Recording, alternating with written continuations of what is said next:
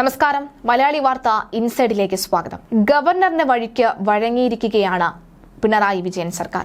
അങ്ങനെ സാധാരണഗതിയിലൊന്നും പെട്ടെന്ന് വഴങ്ങാൻ ഇടയില്ലാത്ത ഒരു മുഖ്യമന്ത്രി തന്നെയാണ് പിണറായി വിജയൻ എന്ന കാര്യത്തിൽ ആർക്കും ഒരു തർക്കവുമില്ല. അദ്ദേഹം എന്താണോ തീരുമാനിച്ചിരിക്കുന്നത് ആ രീതിയിൽ പോകുന്ന വ്യക്തിയാണ്. അതിനിപ്പോൾ നല്ലതായാലും ചീത്തയായാലും മറ്റാരും പറഞ്ഞാലും പറഞ്ഞില്ലെങ്കിലും. അതുകൊണ്ട് തന്നെ എതിരെ വരുന്ന എതിരാളികൾ അതിശക്തരായിരിക്കും എല്ലായ്പ്പോഴും. ഗവർണർ ആർലേക്കറും അത്തരം ഒരു ശക്തരായ എതിരാളി എന്നല്ല, അതിനുപരി അത്തരം ശക്തനായ ഒരു പ്രതിപക്ഷ നേതാവിനെ പോലെയാണ് എന്ന് നമുക്ക് വേണമെങ്കിൽ പറയാം.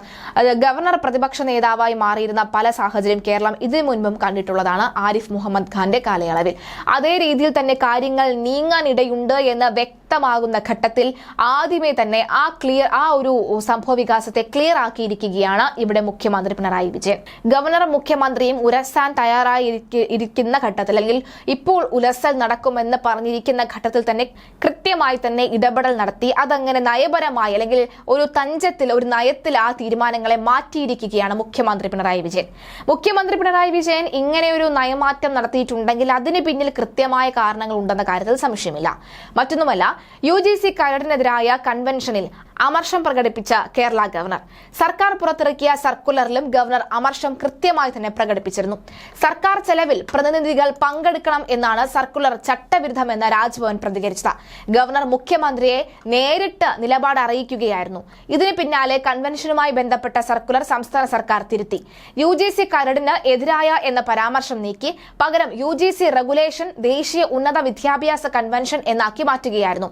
സർക്കുലർ തിരുത്തണമെന്ന് ഗവർണർ സർക്കാരിനോട് ആവശ്യപ്പെട്ടതിന് പിന്നാലെയാണ് സർക്കാരിന്റെ ഈ നിലപാട് മാറ്റം. ഗവർണർ രാജേന്ദ്ര ആർലേക്കറുമായി ഏറ്റുമുട്ടില്ല എന്ന് വ്യക്തമാക്കുന്നതാണ് സംസ്ഥാന സർക്കാരിന്റെ തീരുമാനം.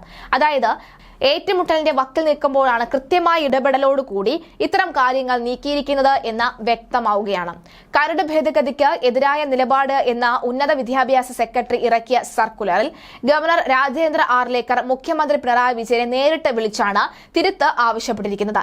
UGCയുടെ കരട് ഭേദഗതിക്കെതിരെ സംസ്ഥാനത്തിന് പരിപാടി സംഘടിപ്പിക്കാൻ കഴിയില്ല എന്നും അതിൽ ചട്ടലംഘനം ഉണ്ട് എന്നും ഗവർണർ അറിയിച്ചു. ഗവർണറുടെ കടുത്ത എതിർപ്പിനെ തുടർന്ന് കൺവെൻഷനിൽ പങ്കെടുക്കില്ല എന്ന് കണ്ണൂർ VC വ്യക്തമാക്കി.